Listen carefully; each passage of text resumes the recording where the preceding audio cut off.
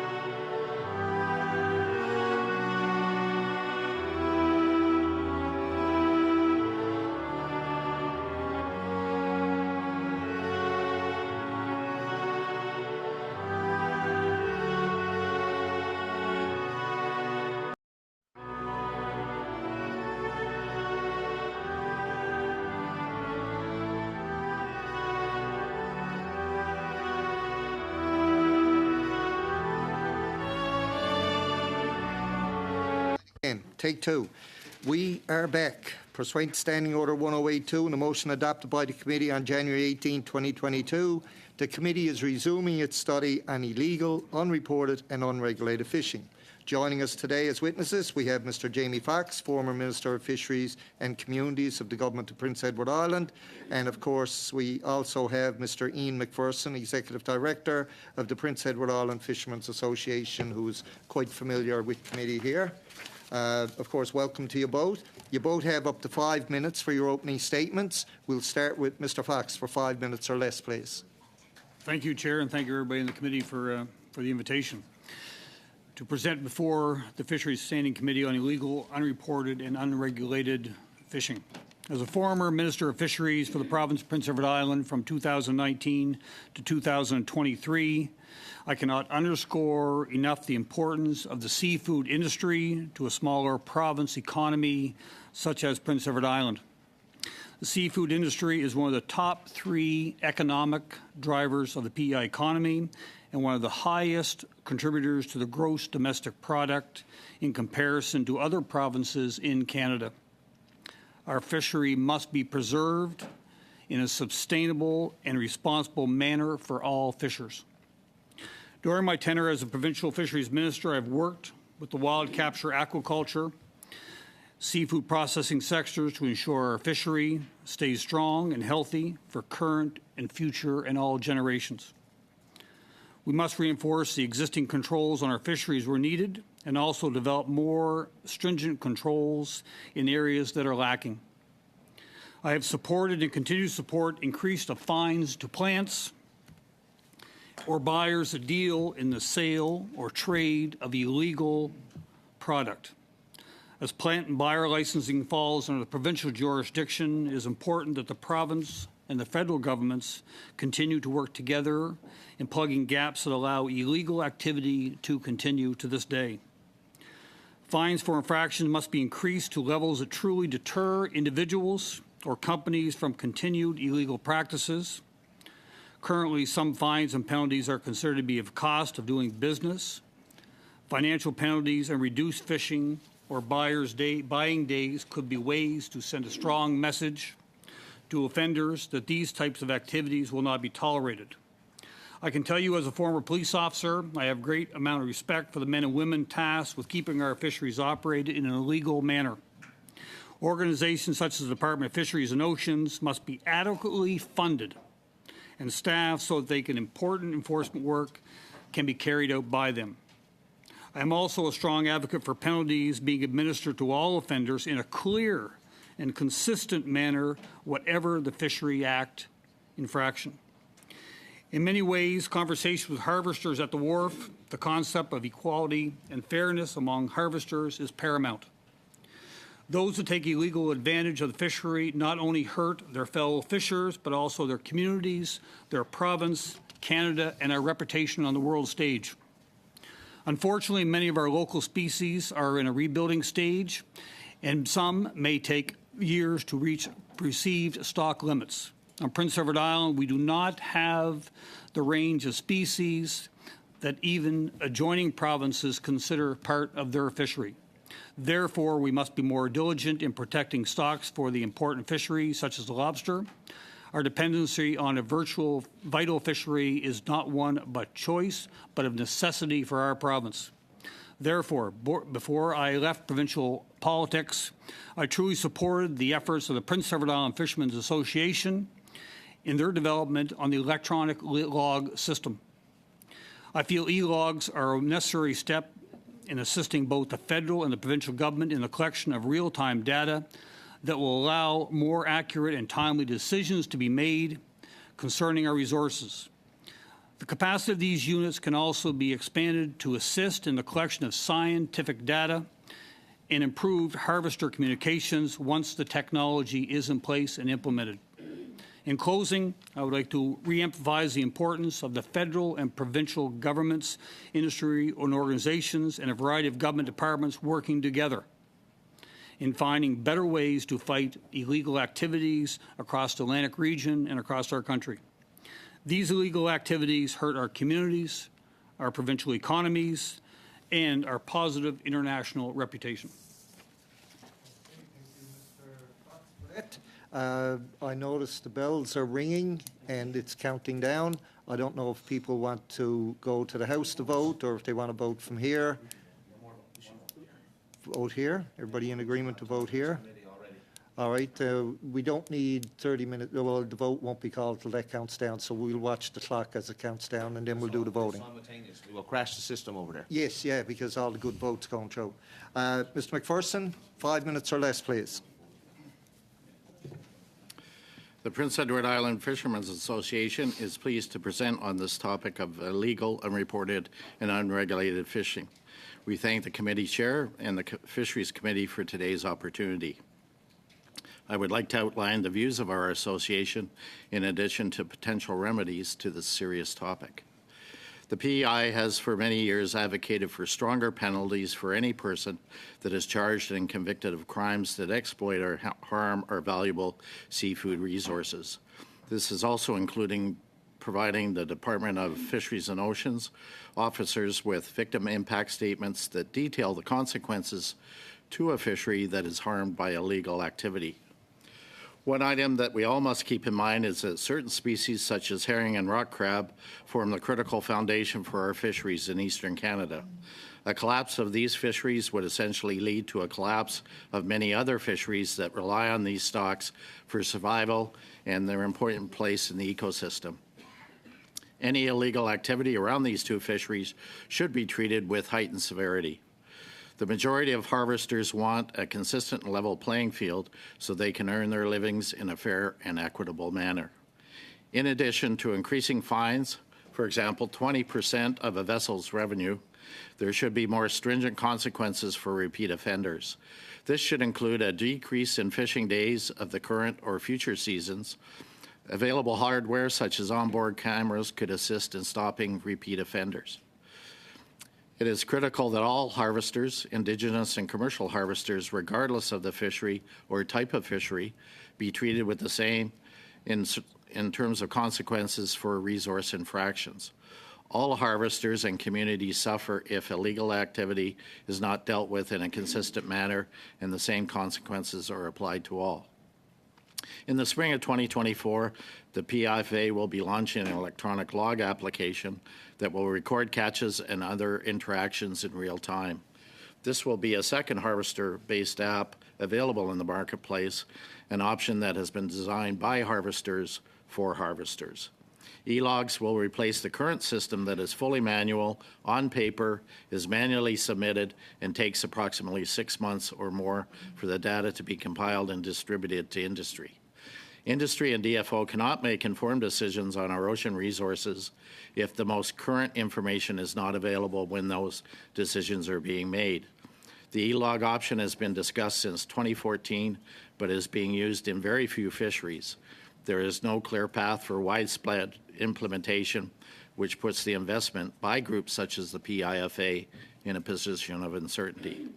The time for a detailed implementation path is now, and all harvester groups need to be participants once a fishery is activated for e-logs.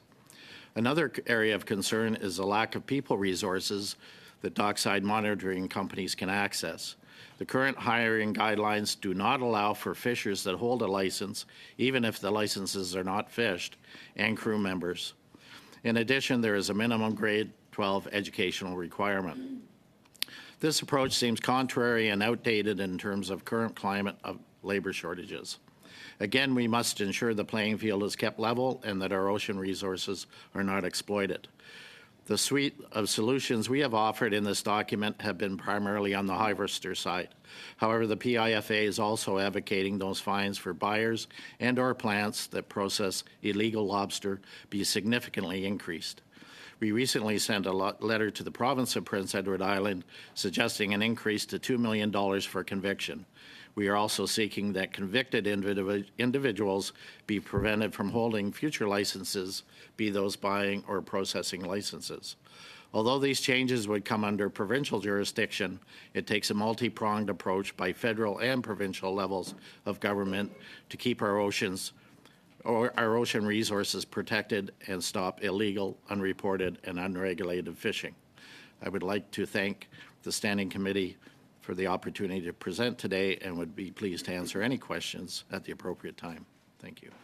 Thank you, Mr. McPherson. We'll now go to our rounds of questioning, and for 6 minutes, we'll start off with Mr. Small. Thank you, Mr. Chair, and I'd like to extend a special thank you to our guests for making the trek to Ottawa to be a part of this important study.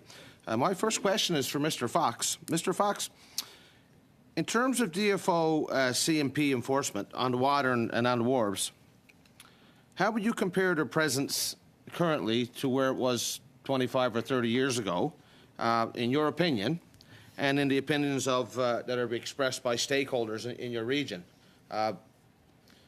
Is this Department of Fisheries as committed as they should be in order to curb IUU fisheries in the Atlantic region? Thank you very much for the question. It's very interesting. Actually, I can talk back that long because when I policed for over 25 years back in the area of the 1990s and 2000s and 80s, and it was you were more of occasion of local police departments working with DFO. The DFO officers were on the wharfs a lot more.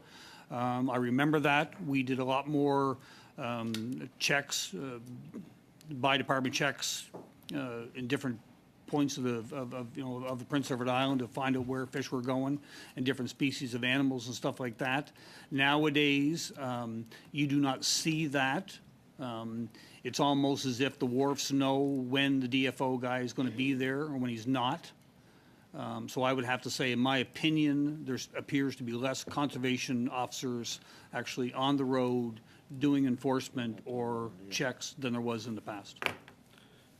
Thank you, Mr. Fox. To Mr. McPherson.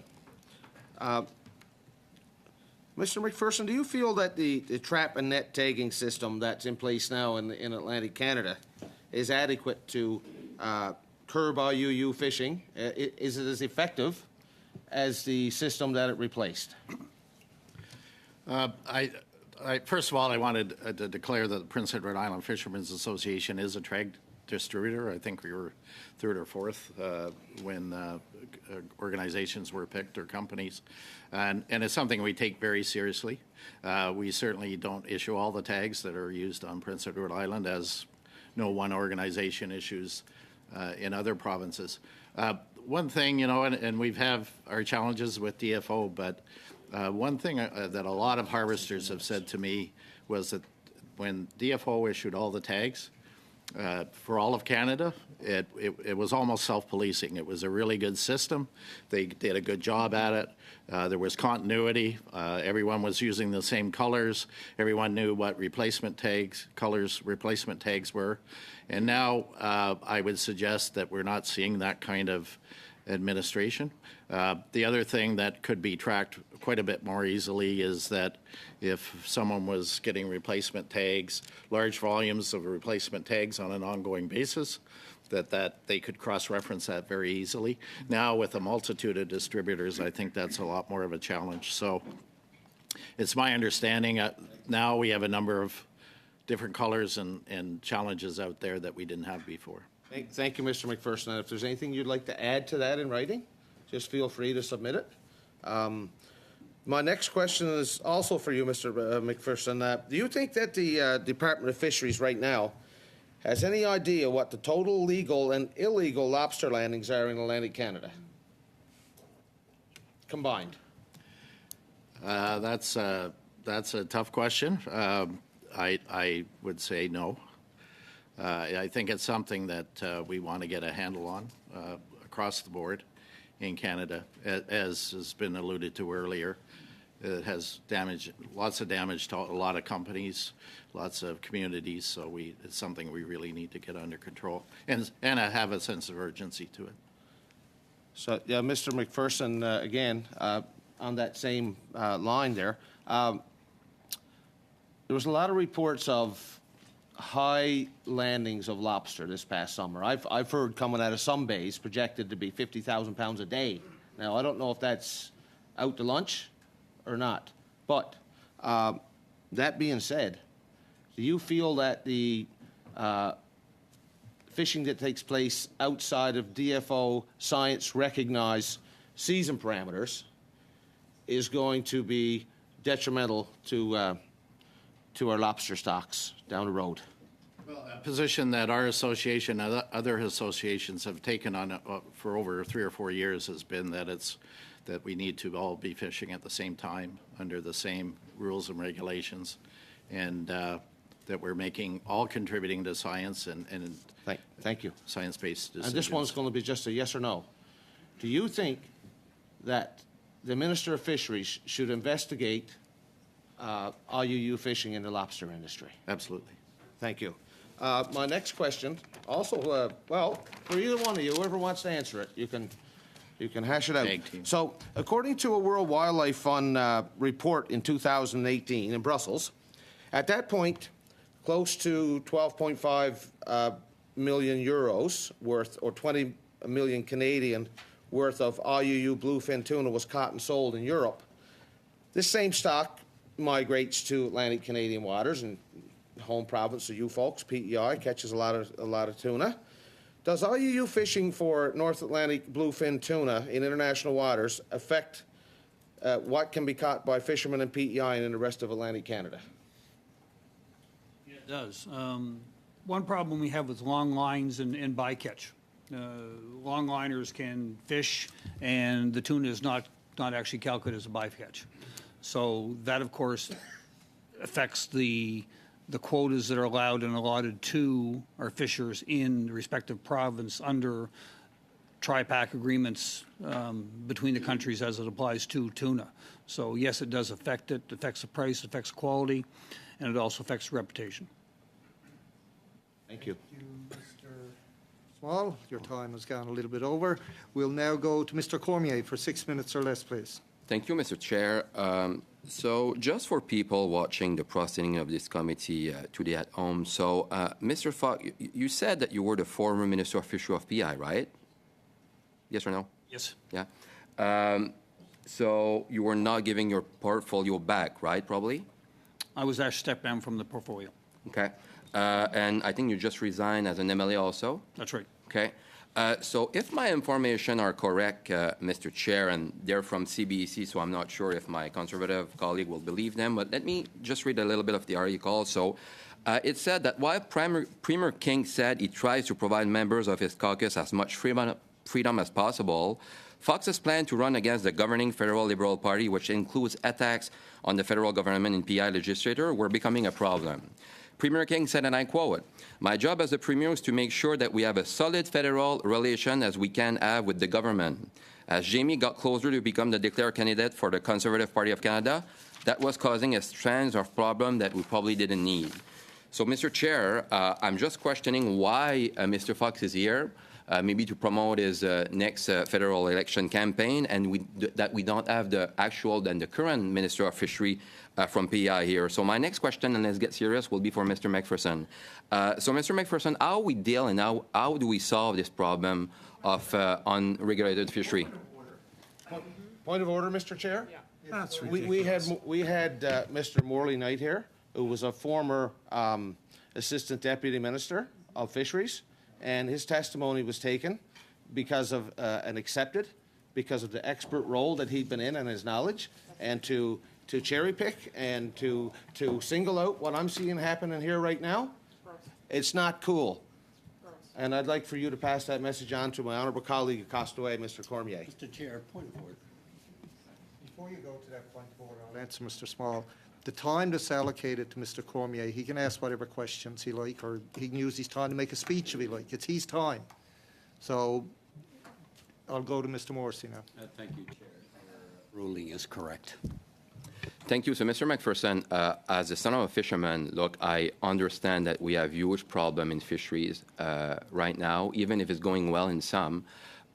So how do we solve this problem that we're dealing with right now? And I know that the lobster industry is facing big problem right now when it comes to illegal, unreported fishery. So what is the solution that we need and how that we come to that once and for all and that we solve this problem? I think there's definitely some good systems out there, but I think they either need updating or they need to move into the digital age, for example, with electronic logs and some of the reporting and some of the tracking.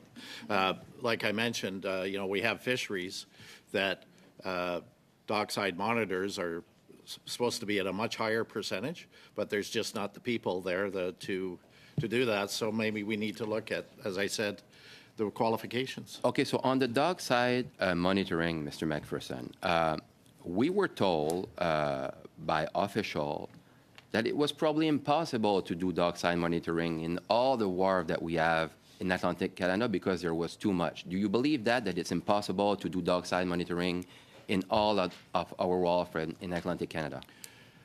I can only speak for Prince Edward Island, and I know one of the companies over there has had real challenges for a number of years in hiring enough people to cover their commitments. So you mean the problem will be to hire people that will be the problem, or that we will not have enough people? Is that what you're saying? I just want to make sure that I understand. The way I understand it now, a big challenge is that it's hard to get enough people to meet the commitments that DFO would like to see on the boats. So do you think a really good dockside monitoring program, if we can call it that way, in every single wharf in Atlantic Canada will solve maybe not all the problem, but will solve a bit of the problem? Well, I think that's would definitely help, for sure, whatever the system is. But that's a challenge. I mean, COVID was unique circumstances, but there was fisheries that didn't have any dockside monitoring during that period. And do you think fishers will be willing to have a system like that implemented? I think the biggest thing, Mr. Cormier, is to involve harvesters and harvester groups in the discussion on how maybe there's a better way to do it. As we know, there's different programs and spot audits and things like that are also a deterrent. So things like that could possibly be looked at. 140? Okay, so on the illegal selling of lobster, or do you see that in PI? I'm not personally aware of it, but I am aware of situations where sometimes lobster is being advertised on social media or some things like that is quite public. So, and I ask this question purely for some context and some answer, like, is this from commercial fishermen? Is this from indigenous fishermen? Is it like all sorts of group, like crime or whatever? Like from who Is there a particular group that we're looking at that doing these illegal sending of lobster, or? I wouldn't want to target one group. No, but we don't but want. I think that certainly that needs to be looked at. I mean, the value, we all know, and certainly you would, sir, that the value of lobster skyrocketed in the last few years, and it's a very valuable commodity. And when there's money out there and money to be made, and big money to be made, that people get involved that normally wouldn't. Okay, thank you. Thank you, Mr. Chair. We'll now go to Madame Debienne for 6 minutes or less, please. Merci, Monsieur le Président. Merci à nos... Thank you, Mr. Chair, and thank you to the witnesses for being here today. Mr. McPherson, have you had any discussions with your counterparts in Quebec with regards to fishing and illegal sites? We work with our colleagues on a regular basis in Quebec on a number of issues. We're dealing with a lot of other things, but we haven't had direct conversations on that. Could you be a little more specific? Just on how to combat? Est-ce que vous avez eu vent que des problèmes... Have you caught wind about any of the issues such as those that you already know of with regards to illegal fishing? Do you know if that is happening in Quebec? Are you aware of the same issues happening in Quebec? My understanding is it's a widespread problem for our East Coast fisheries. Et est-ce que c'est une...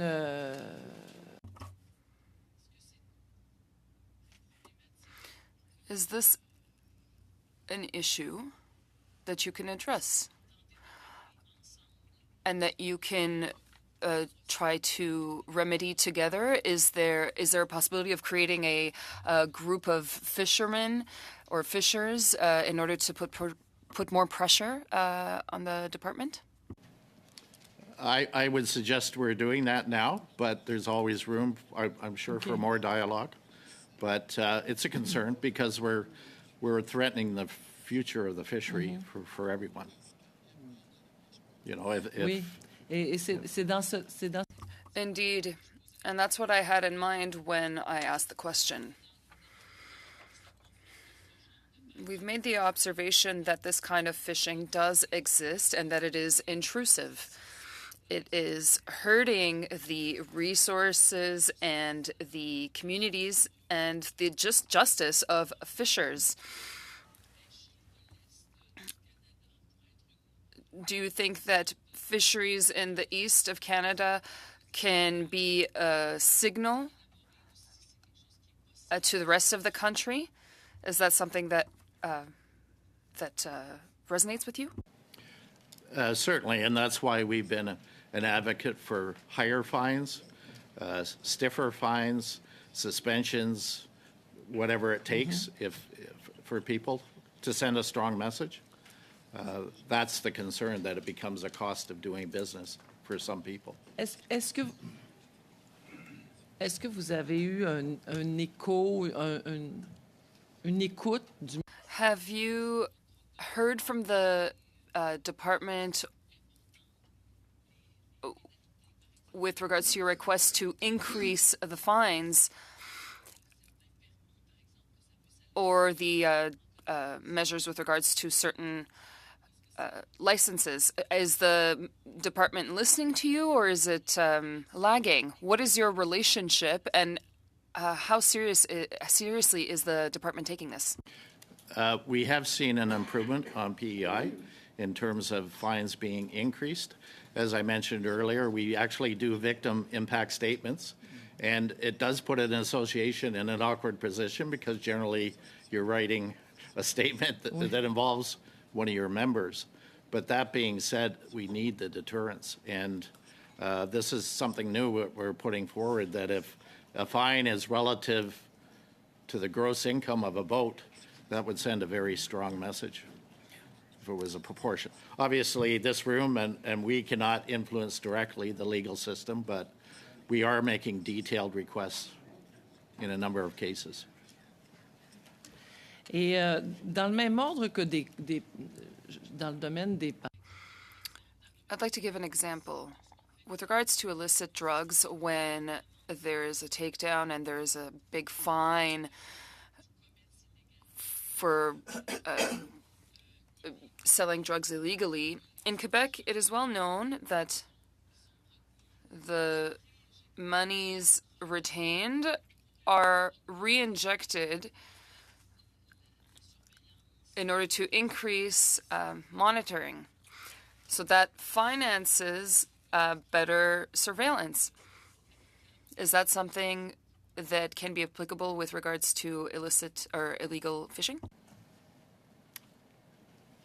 Certainly, I think we support a better job being done and more resources being put towards monitoring and enforcement.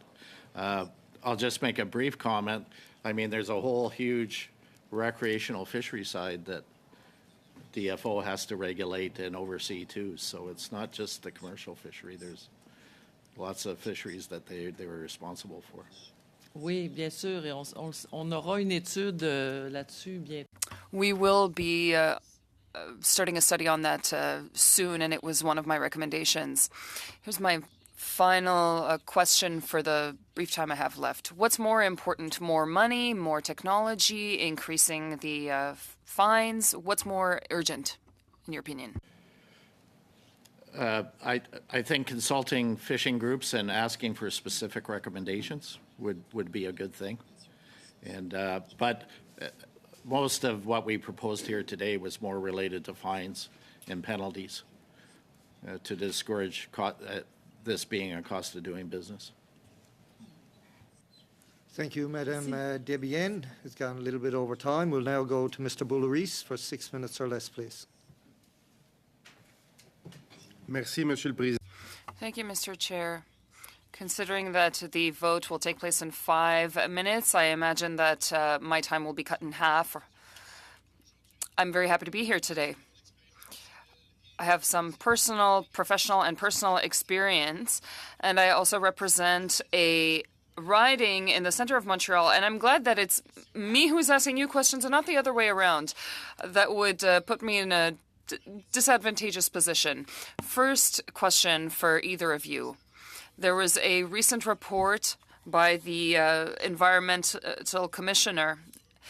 We were informed that it was still not possible to get proper data in order to properly manage fishing in a sustainable manner in Canada and to protect our stock of fish. That was in 2016, so that's 7 years ago.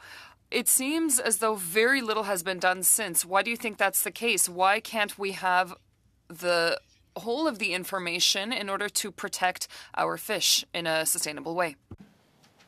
Excellent point. We actually go back to 2014, the discussion, and the original implementation date in lobster for electronic logs, for example, was to be 2018 or 2019, but it keeps getting moved.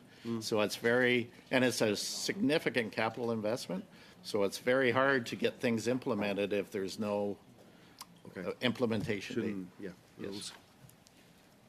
Thanks, Chair. I can add on that too. One problem with the science for a number of years was because of COVID.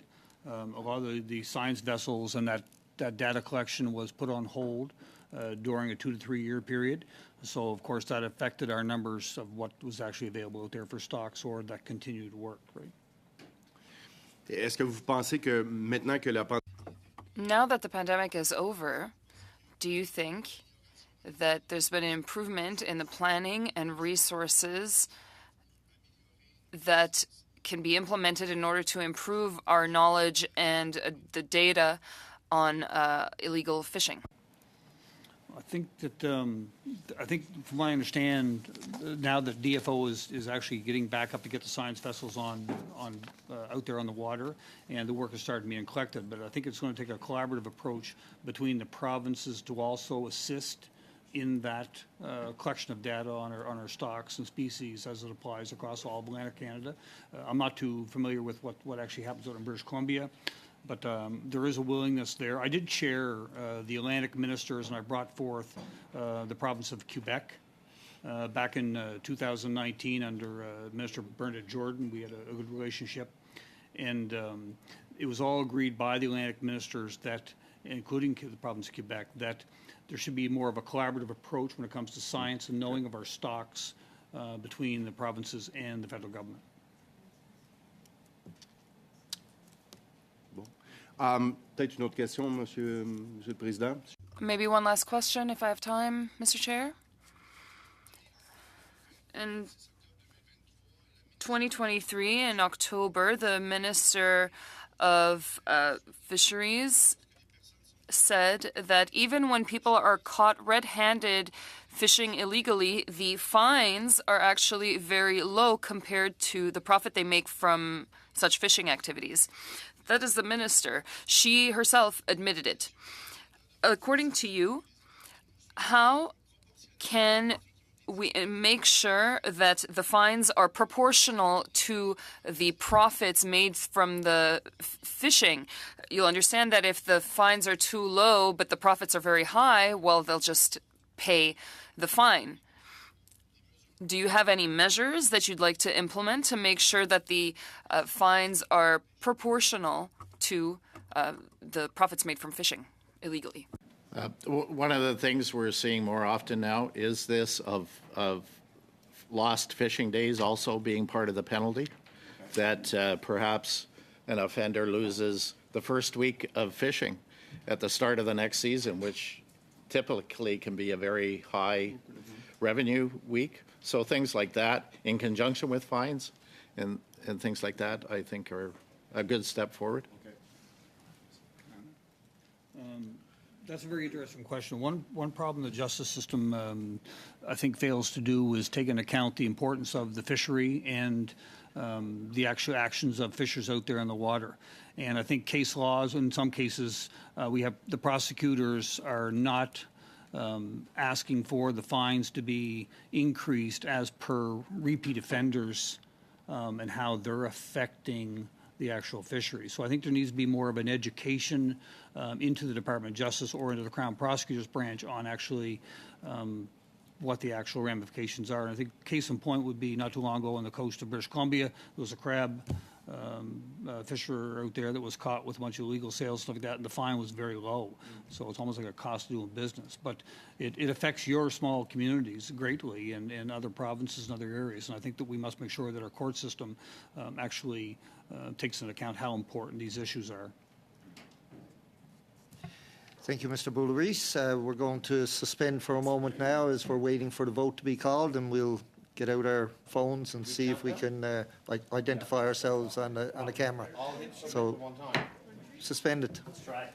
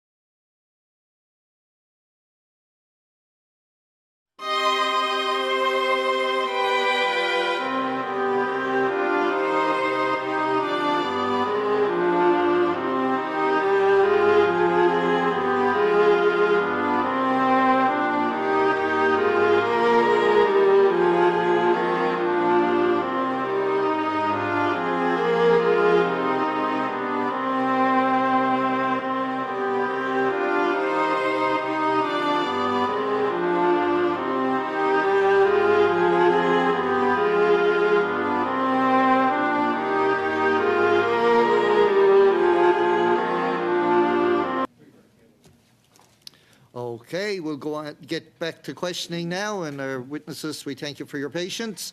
We'll now go to Mr. Bragdon for 5 minutes or less, please.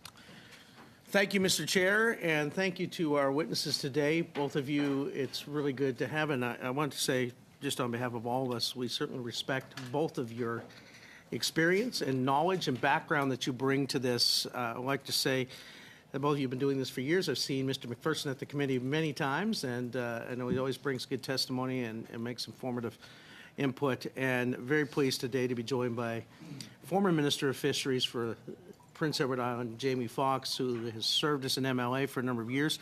And if my knowledge is correct, Mr. Fox, you also served as Minister of Fisheries and Oceans for 4 years. I believe it's one of the longest serving Minister of Fisheries and Oceans for a province in Canada.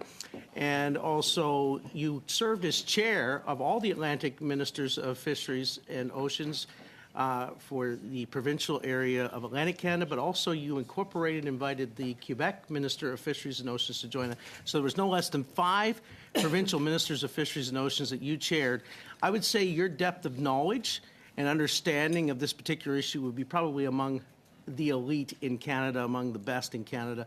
And so we're really honored to have you here today. I appreciate you taking the time, and also your experience in law enforcement is very applicable to what we're talking about here today as well. So I just thank you again, both of you, for being here. And a couple of questions. I want to start, Minister Fox, with you, or Mr. Fox, with this question. With what we're coming to learn about the IUU fishery, illegal, unreported, and unregulated fishery, how would you describe the impacts within Prince Edward Island of this type of fishery, and also within the broader Atlantic context and Quebec, from your experience and having met? What's the input you were hearing and knowledge that you gained about the effect it's having on the local economies and on those fish harvesters whose livelihoods are being directly impacted? Thanks very much for the question. I don't think that anybody really knows what the actual impact in total is across the 5 Atlantic provinces, including the province of Quebec. I don't think nobody has a grasp on what communities it hits, what communities it doesn't hit. We know it does hit in certain areas more than others. I will say the province of Prince Edward Island, we seem to be a little bit less impacted by it compared to other provinces or other areas. But I can tell you that all 5 provincial fisheries ministers during the period of 2019 to 2023, it was a concern, and we asked that there be more collaboration between several departments, being CRA, the RCMP, DFO, and of course the provinces, in getting a handle on what the actual impact. The impact is a lot. Like the fishery in Atlantic Canada are small fishers. They're small businessmen trying to make money for their families, and that money is directly spent inside small towns and harbors and cities and stuff. And when you take that money out illegally, there is an impact to the government of Canada, the province itself, and also the community. And just to follow up to that, obviously we've come to know that it is the responsibility of the federal minister of Fisheries and Ocean to understand how much fish are being caught in order to uphold the principles of conservation and protect the future livelihoods of fish harvesters across the country from coast to coast. And the fact that we've already heard testimony that there really is no firm establishment of those kind of numbers and the effects it's having, it seems like that there is a definite falling short of meeting the federal responsibility at this point of getting a handle on the IUU fishery. Has that been your experience as well, that you're finding and you're hearing from other ministers who were in this role at the Atlantic table and amongst the 5 that you chaired, that there needs to be much more involvement at the federal level to get a handle on this? If you look at the narcotic trade or illegal tobacco or firearms or anything like that, the federal government does a fairly good job in knowing through intelligence what is being moved in them 3 illicit trades. But I think when it comes to the fishery, because of the size of the fishery, the amount of numbers of ports and harbors that are involved across the Atlantic region, that it's harder to get a clear understanding, so there needs to be more intelligence gathering. And with that, you need to involve more departments within the federal government that can provide background data to get some kind of baseline. Thank you, Mr. Bragdon. Your 5 minutes are up. I'm sorry. We'll now go to Mr. Morrissey for 5 minutes or less, please. Thank you, Chair. Just quickly to Mr. McPherson, from my colleague. So there is an acknowledgement now within the fishing industry that we should be looking at dockside monitoring on the key lobster fishery. I can't say that specifically, no, but there's, I think, we work with our dockside monitoring companies, and that's an issue. No, I do agree. The fisheries got extremely valuable over the years. The other part, too, is in your presentation.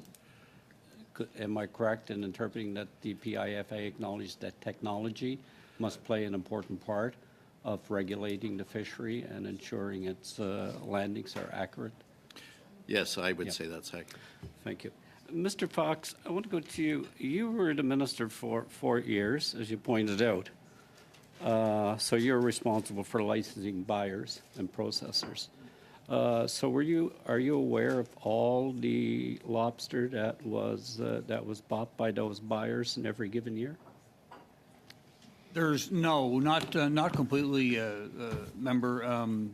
But there right is now, you're responsible as the minister. You had sole jurisdiction over licensing buyers and processors. Did did your enforcement mechanism report to you the quantity of the product those buyers that you licensed were landing? So you know the amount. But the problem is there's no corresponding data between the actual the dock side on the federal side and the provincial. Okay. During your time as minister, how many buyers or processors were charged by the province? None that I'm aware of. None. So during your time as minister, what regulation changes did you make as it related to fines and penalties to buyers and processors? There's actually been a review being done of the fine structure. No. When you were minister for 4 years, did you change any of the fine? Because you made a reference to the fact that you really needed to increase the fines for it to be a deterrent. So you served as 4 years as minister, but failed to make any move in that area. Is that correct? The problem is it's the actual court system itself. The courts will, as per case law, they will give out a certain fine. You were the minister. You had the responsibility for the regulations. Mm-hmm. You have responsibility for the act. You did not take any measures to increase fines to the level that was referenced by the PIFA or even yourself that would actually be a deterrent. Am I correct? No. In the 4 years? No, you're not. You did. I just want to be clear. And the other thing for the record as well, because it's mentioned here, Mr. Chair, is because, again, it was referenced adequately fund support for conservation and protection. The record will show clearly that the Protection Compliance Department, the DFO, was gutted between 2007 and 2015. I'm not aware of that. By a former government. You're well aware of that? I'm not aware of that. Oh, you're not aware of that? Okay. I'm surprised. That was extremely the numbers, and for the last number of years, that division has increased its personnel by several hundred people to budget allocations from our government, because we do recognize that the fishery is so important to communities and must be protected. Mr. McPherson, would you agree on one of the areas that this conflict between is in the area of First Nations fishing product that is at a lesser carpa size than what the commercial fishers are licensed to? I believe it occurs more in New Brunswick. It's been occurring to go. If the buyers and processors did not buy that product, then there'd be a significant deterrent for anybody to be involved in that. Is that a correct assessment? Yeah, I think so. I would say that it creates a lot of questions from non-Indigenous harvesters why we have the two. Because we get this report that there's some First Nations fisher fishing at a smaller carpa size. It's only if a value, if somebody buys it. Yes. Yeah. So again, the buying of that product and the processing is the sole responsibility of the provinces who license those entities. Yes, but it is illegal carapace, though. Correct. So it is illegal within them going, but the provincial regulatories could impose their own regulations on that. I'm not sure on that, but I'd have to defer to someone from the province on that. Okay, well, I may just get Mr. Fox to comment on that as a The former province has minister. no jurisdiction to set a carapace size on a species of fish being caught. That's a complete jurisdiction of the federal government and the minister responsible for the Department of Fisheries and Oceans. On the Thank you, Mr. Morrissey. Your time is up. We'll now go to Madame Debienne for 5 minutes, 2.5 minutes or less, please. Oui, j'étais contente d'avoir un... I was happy to have 5 minutes. Thank you, Mr. Chair. Mr. Fox, you said earlier that it's important to strengthen the fines and that all regions are impacted, but some more than others.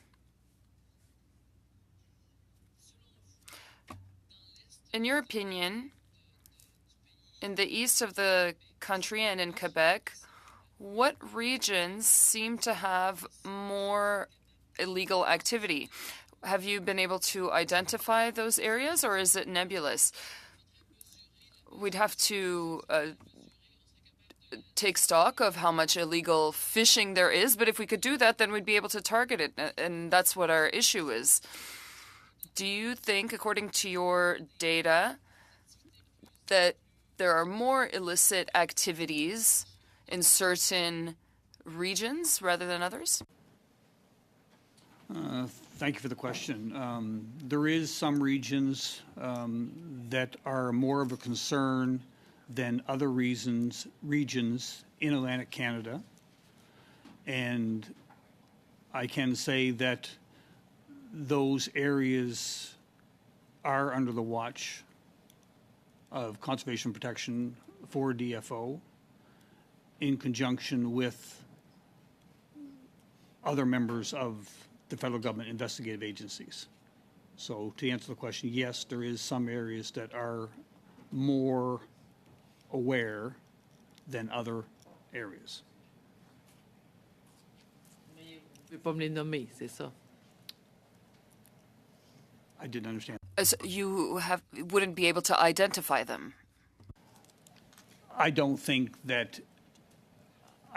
it would be, I would not want to jeopardize any investigation that is ongoing that I may have a knowledge of to say that, Chair. Merci. Thank you. The end is right on time, and I see the bells are ringing again for some vote or another.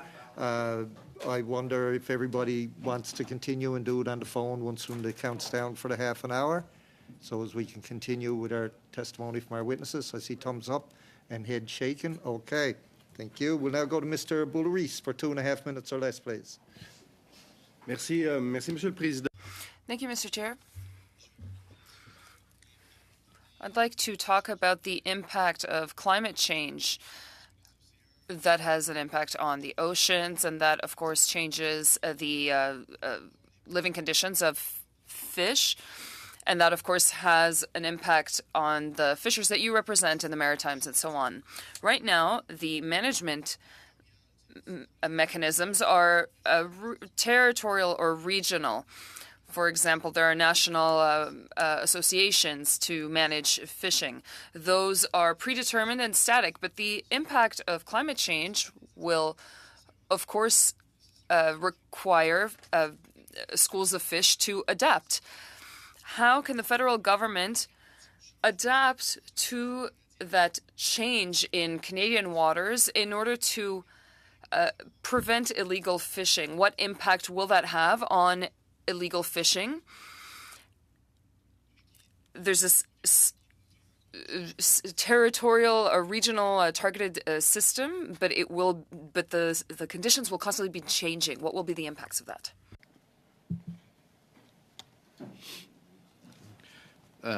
That's an interesting question. I guess we are seeing areas change, historic areas shift, and things like that. And I think what we need is to modify our enforcement and monitoring of those areas when things shift, and not just keep focusing on the same areas, because things are changing out there. We're still trying to assess the impact of Hurricane Fiona on Prince Edward Island. And one thing, I believe that most committee people would know this, but we may not see the impacts just in how the life cycle of a lobster. We may not see the impacts for 5 or 7 years, which is distressing. Science is key. There's no question about that. I believe the climates are changing. I believe our fish stocks are moving. One point about our fish stocks in Atlantic Canada is they're not predominant around one province. The fish that are off the north of Prince Edward Island, they're off the east of New Brunswick. They're also off part of Quebec. And then as the months change, they go over in the province of Newfoundland and around Nova Scotia. So I think it's key that we understand how our waters are changing, how our fish are adapting or moving with climate change and the warming of waters. And with that, we must make sure our departments that are mandated to watch, look over, whatever, are changing with that also. Thank you, Mr. Bull-Rees. We'll now go to Mr. Arnold for 5 minutes or less, please. Thank you, Mr. Chair. I'm just starting my watch here. Mr. Fox, you were asked questions a few moments ago, and you started to explain problems with the court systems, with changing laws and so on, and then you were cut off from replying. Would you like to continue with your reply about where the problems are with overlapping court systems, or whatever it was you were going to say? The federal government or the provincial government can put in minimum and maximum fines in regards to any conservation or any law or any act. And then the judiciary, which is a separate branch of government, they can interpret that infraction as it applies to a law and issue a fine that is relevant to previous case law or to what other fines have been given out respectively. To say that the provincial minister failed to raise a fine where applicable is not the way the real world works. The provincial minister of any department does not interfere with the judge or with the judicial system or suggest to the Attorney General what a fine should be. We can bring in a maximum and a minimum, but it's up to the judicial system and the judge hearing the case to determine what the level of fine should be according to the infraction. Okay, thank you. At this committee, we've heard that there is an exchange of product and actual jurisdiction over that product at the docks. On the boats, it's, I believe, mostly under the jurisdiction of the Federal Department of Fisheries and Oceans, DFO. Once it hits the docks and is landed, I believe it becomes provincial jurisdiction. Can you explain that a little clearer so that we have that information as a committee, and how can that process be improved for better control, monitoring, and enforcement of fisheries products as they are landed? We can't just look at the measures to record catches being just at the fisher's responsibility. The buyer and the processor has a responsibility also. And there needs to be a clear path in comparing what the fisher is bringing in and what the buyer or processor is processing and shipping. And that, I think, is where there's a gap in the system right now. It's not the fisher that is totally responsible for the handling of the product. When the fisher brings it in and the product or the species is delivered at the dock, it goes to a buyer, and then it it goes out into the world market or into the processing sector. And there needs to be an approach where the lobster fisher, or the species fisher, I should say, and the buyer and the processor can more share the information to find out what actually is landed is actually what's going out the back door, out the front door. Okay, thank you. Mr. McPherson, you earlier were talking about e-logs, and there seemed to be a very slow adaptation to using them. Can you provide us with, any information you have on why that has been a slow process in accepting e-logs and the value that they could have? There's been several things. I'd say probably one of the most significant ones was, I believe it was around 2017, that, and there was a working group between industry and DFO on this particular challenge to get this up and going and implemented. But the platform changed, and I'm not a IT expert, but which basically meant that the companies or organizations at that time that had developed a log had to step back and reinvest and develop on a different platform. So that was not only costly, but it was who time changed consuming. the platform?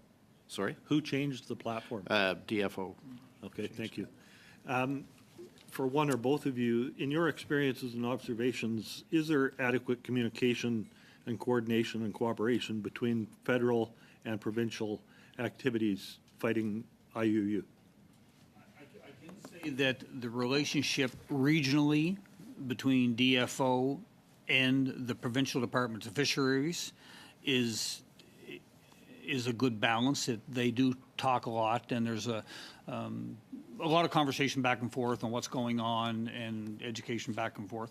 I will say there seems to be sometimes a disconnect between regional office of DFO and the headquarters bunch on what's actually happening in the ground area, what's actually needed in the ground area, or actually on the fishery itself.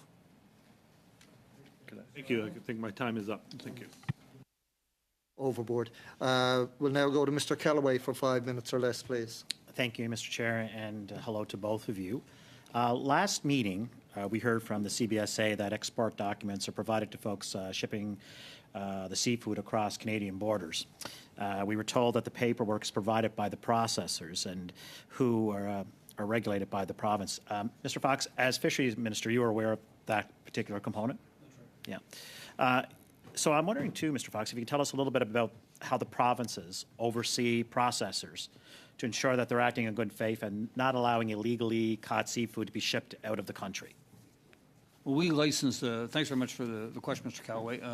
The province, of course, license the buyers, and then they license the processors. And then they do report in, of course, what's going out in a rough number of, it's not right down to the pound, but in an approximate value, and roughly where that seafood is going.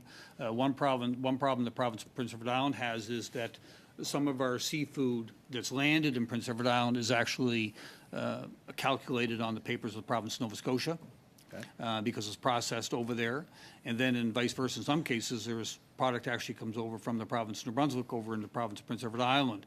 So there needs to be, and it's in the works, of a more of a clear-cut way of analyzing how the actual species move in between provinces and how it's actually calculated.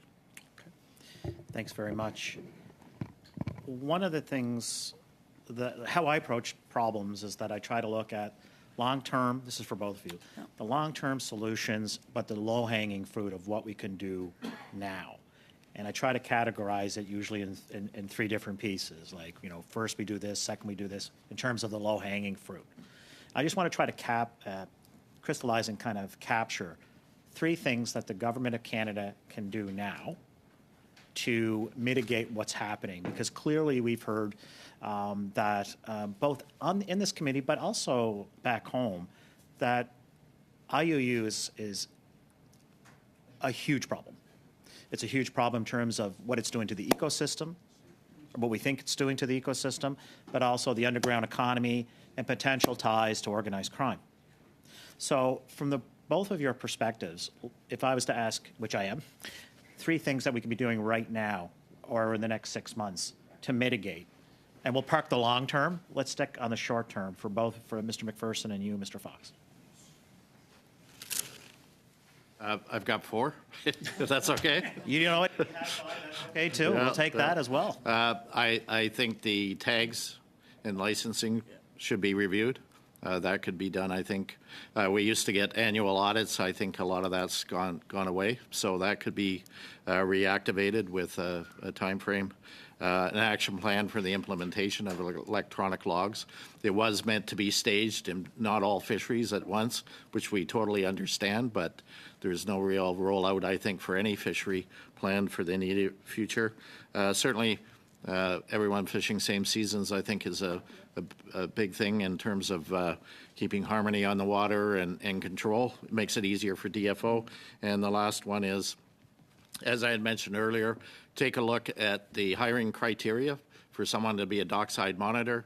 There's, if someone's not fishing a species, could that not be a great person that knows the water, is used to being out on the water, those kinds of things. I think it just needs a look at to hopefully add more people to dockside monitoring. Thank you. Mr. Fox? Yeah, thank you. Tags is a big thing. That could solve a lot of problems right quick. I agree with the audit part, but the audit has to be cross. It has to be between, if the DFO goes in and does an audit or CRA goes in and does an audit, then they should actually cross-reference at some point with what actually the opposite department or the opposite province actually see to see if they match within a tolerance of whatever. This is a little bit out there, but I think CMP should come out of DFO.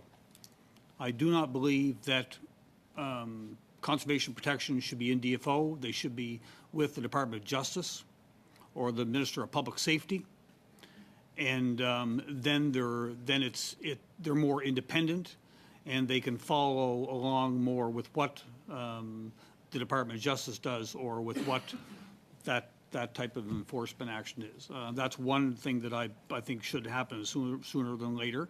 I think it's not fair that the conservation protection officers are actually put into situations where politics comes into play more than the actual enforcement of the law.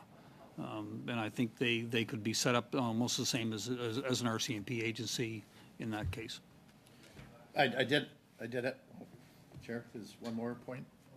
I guess just quickly, and it's more provincial jurisdiction, but alignment of the fines for illegal activity amongst provinces, and that, I guess, one of the problems too that we could have now is that a fine in Prince Edward Island might be $1,000 for an infraction, might be $200 in Nova Scotia.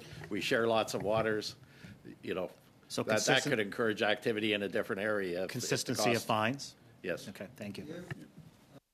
Now, who's up for the Conservative side? I don't think. Yes, they had their 2.5s. Oh, okay. So who's up for your side? You? Okay. Mr. Small. I'm going to share some time with Ms. Ferrari. 2.0, yeah. Yeah. Okay, So, go ahead, Mr. Small. Mr. Speaker, or Mr. 5 Chair. minutes or less. Mr. Chair, following up on Mr. Bragdon's question about the government's knowledge of IUU fishing, most stakeholders have it in their view that the St. Mary's Bay lobster fishery this summer and the Elver fishery in the Maritimes this past spring had a strong element of IUU attached to it. Mr. Fox, have you heard that amongst stakeholders yourself? There is Any concern. of those allegations? There is concern. Them allegations have surfaced from time and time over the last 2 or 3 years. So yes, I would confirm that them allegations are there. So, if those allegations end up someday being proven correct, it's a funny thing that DFO would be able to let this slide. If that was Atlantic salmon that was being caught illegally, all those boys would be in the slammer, So, we have a job to figure it out. I've got a question on mackerel. It's been brought to our attention that mackerel is being packed and sold as product of Canada mackerel, a product of Quebec, mackerel fishery is currently under moratorium. And this is this year's mackerel. So would that be an IUU product if that's indeed Canadian mackerel when the mackerel's shut down for the last 2 years? Mr. Fox. So I find it really, really odd. How could that happen? Who would be allowed to catch that fish and not be charged for catching it? Is there anyone, is there any group or anyone that would be allowed to do that? Mr. Fox? Not that I'm aware of. Okay, so we'll highlight that and we'll ask further questions as in the committee as the time goes on, Mr. Chair. My last question. So the figure on the landed value of North Atlantic bluefin tuna in Europe was it's alarming. In an internationally monitored fishery. Is it possible that our government is not working hard enough to bring that IUU fishing down to protect Canadian Atlantic bluefin tuna harvesters, Mr. Fox? I think it's a little bit more broader than that. A prime example would be the closure of the herring and the mackerel fishery as a bait fishery for our commercial fishing.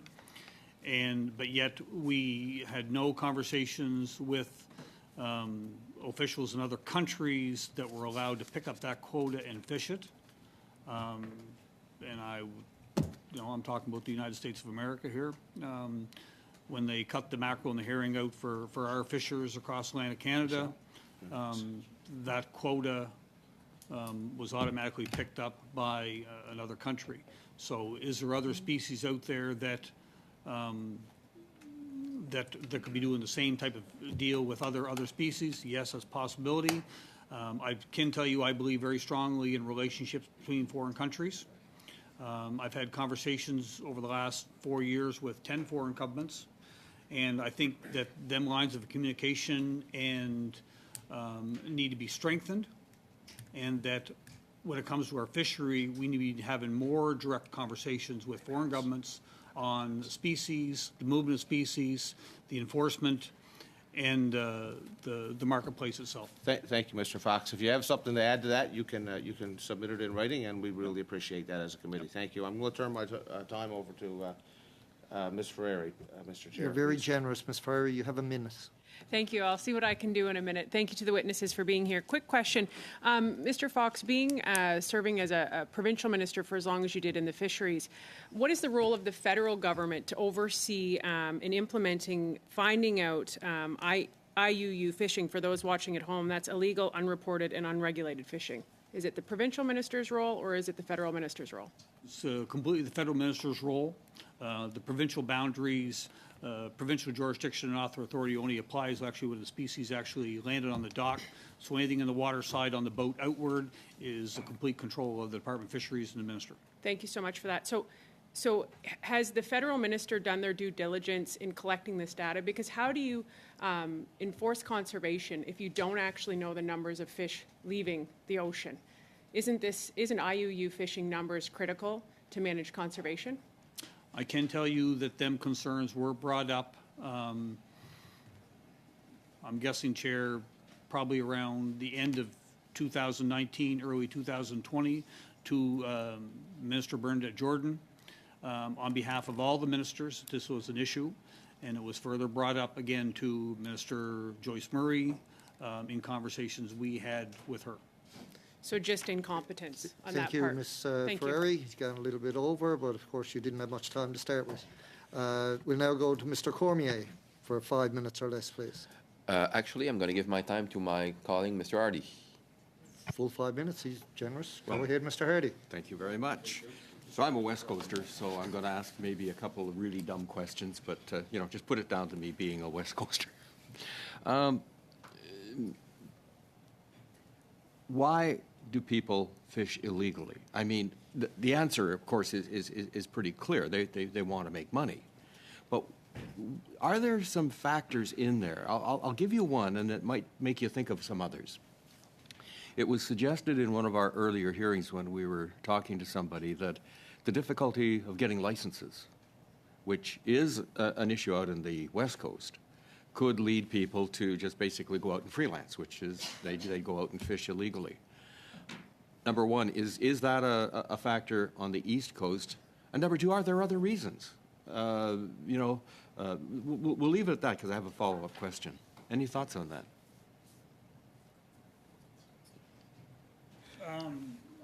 I can tell you that I've always believed in one license in, one license out, as applies to the lobster fishery or specie fisheries. And in some cases, there is individuals that do fish without a license, gray boats or black boats as they call them. But then there's also the other individuals that can turn in a fast buck. It's no different than contraband cigarettes. We used to float them down the river of St. Croix and into St. Stephen. They'd be dropped on the border and got to float down. It's a way of making money or supplement their income. You don't have to pay taxes. It applies the same as a fishery. If I can bring in 500 or 600 or 1,000 pounds, whatever, 10,000, it doesn't matter. And I can sell that at a reduced cost and get cash in my pocket. Then it's organized crime. I have to say that's exactly what it is. It's organized crime. One of the issues that comes up quite often in our discussions about the West Coast is the impact of the indigenous fishery, and perhaps some lack of clarity on really what constitutes, the food ceremonial, fishery that they're permitted to do.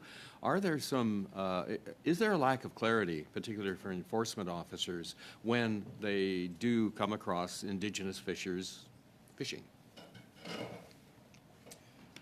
I would suggest yes. I think part of it is that it's a self-regulated fishery and that it's not managed the same as the commercial fisheries.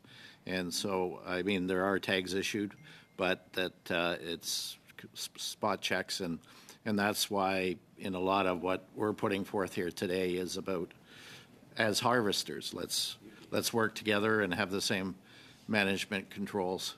And I think at the end of the day, everyone has the same interest to preserve the fishery for future generations. Right. But it's a concern. Thank you for that.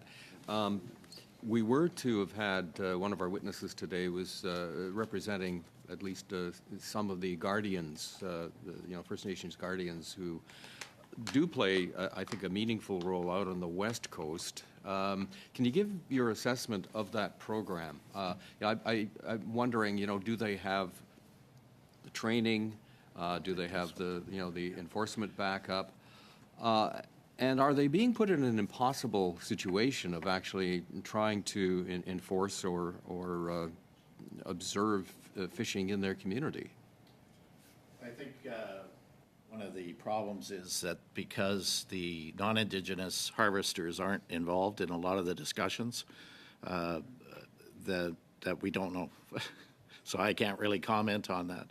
It doesn't mean it's a bad program or whatever, but we've been trying for a long time, Mr. Hardy, to get more dialogue going between the federal government, First Nations, and non-Indigenous harvester groups, and not making much traction. I'll tell you that. I spent a wee bit of time with the Vancouver Police, so Mr. Fox, I'll call on your enforcement background. You can see a situation, and we did see it, with a lot of disorder a couple of summers ago, I think, or a couple of seasons ago, burning and all kinds of stuff going on. And here you are, you're an officer, and you're sent out to do something, and you see all kinds of stuff going on, but it's just you and maybe 40, 50 other people. That puts the officer in a pretty dicey situation.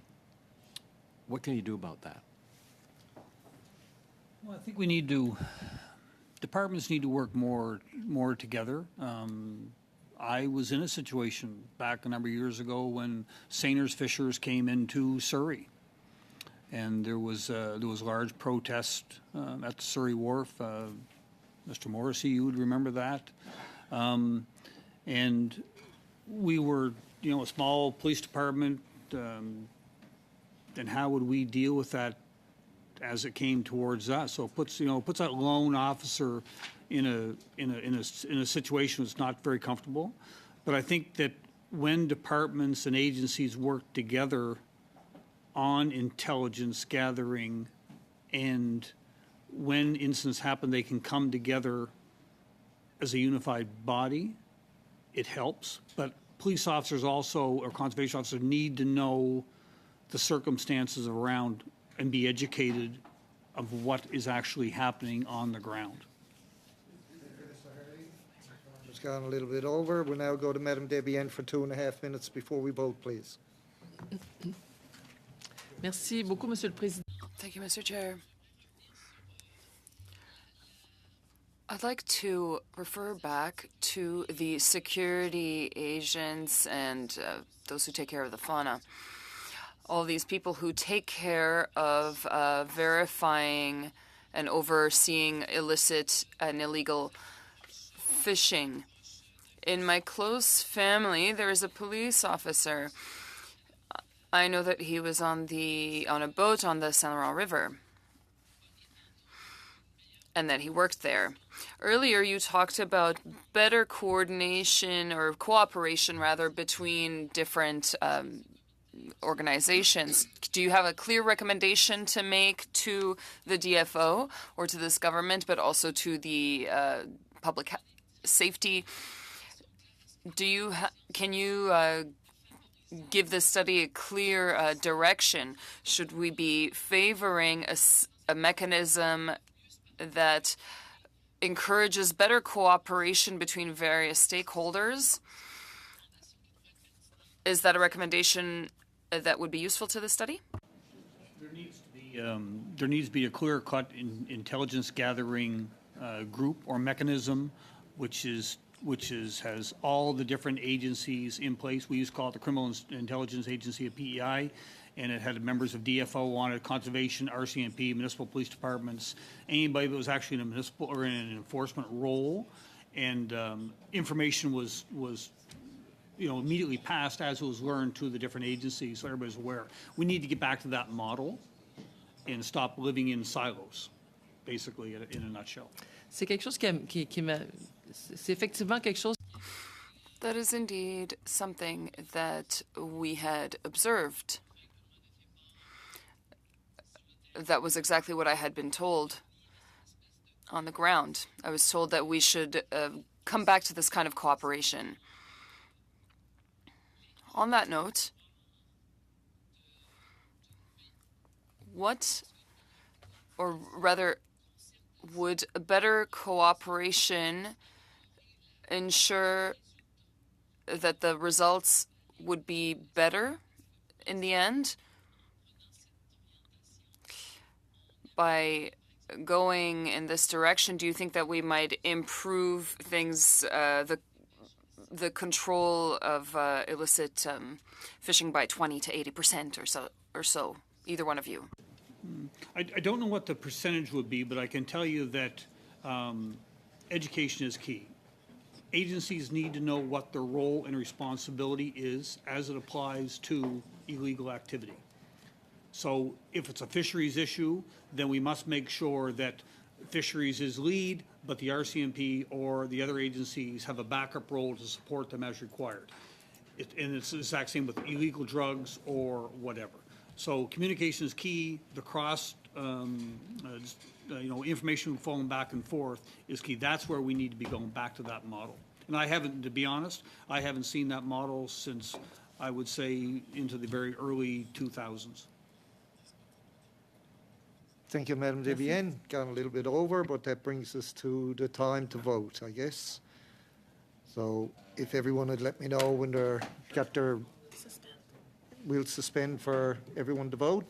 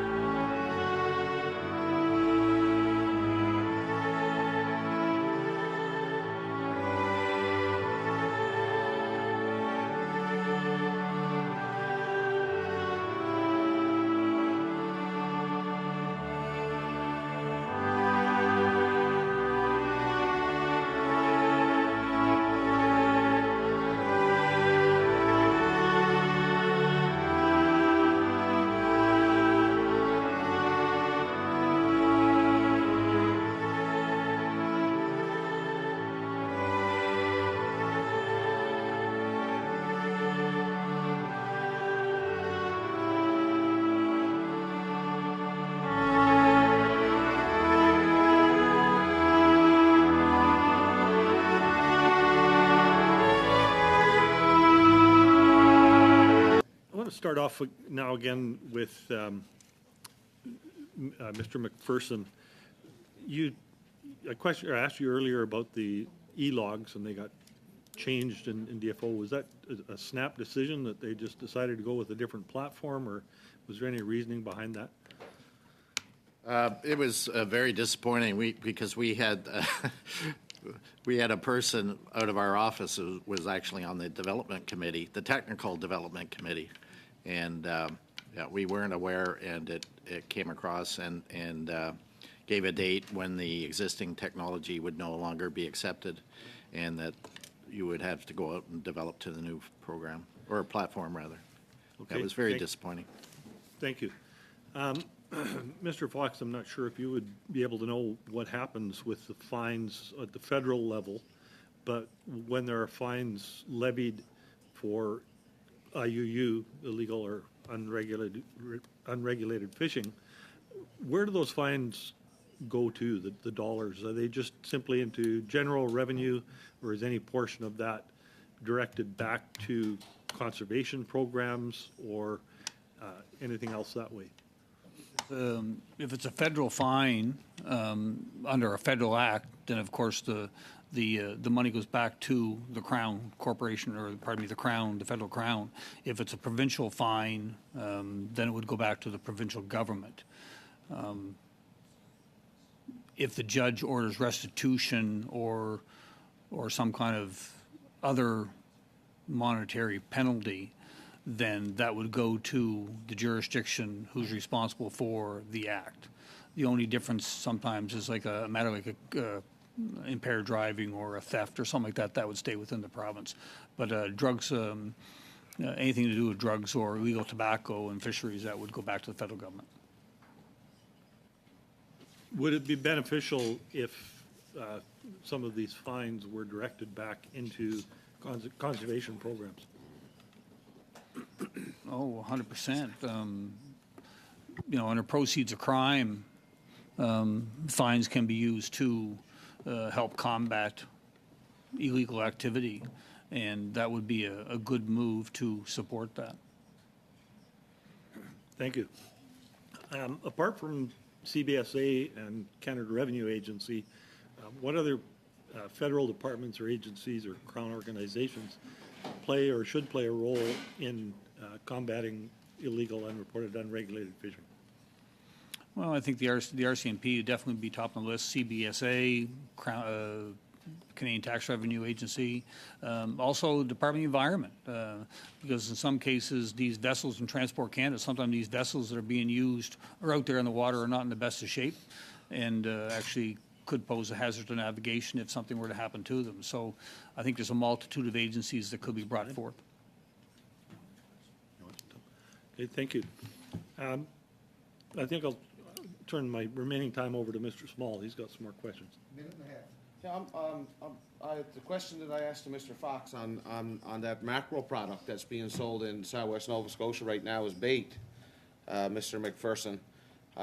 How is it possible that product is stamped 2023, product of Canada, when that mackerel fishery is shut down for all commercial purposes? I know there's a bait element still existing, I think somewhat, but I can't comment to the process on that side of the industry, but to segue or to add on to what Mr. Arnold just asked there, maybe CFIA is an agency that should be also be part of it, because they're quite involved in authorizing both imports and exports, I believe. And that, are they, for example, notified that some products in moratorium and shouldn't be, well, it needs to be questioned if it's being exported? Thank you, Mr. McPherson, because you've heard it amongst your group loud and clear that they want at least a bait fishery for mackerel. How do you think that the people in the Maritimes, Newfoundland, Labrador, are going to feel about that product coming on the market? And somehow, if that's being caught, that's unbelievable. They're going to be pretty riled up down there. What do you think? Well, at Absolutely. I mean, the mackerel fishery is very controversial right now. As mentioned earlier, the U.S., there needs to be more dialogue between the U.S. because Canada has gone into moratorium and the American quota has varied very much. So basically, it's not helping the resource. So there's lots of aspects to this. Thank you, Mr. Small. That puts us to the end of our questioning today.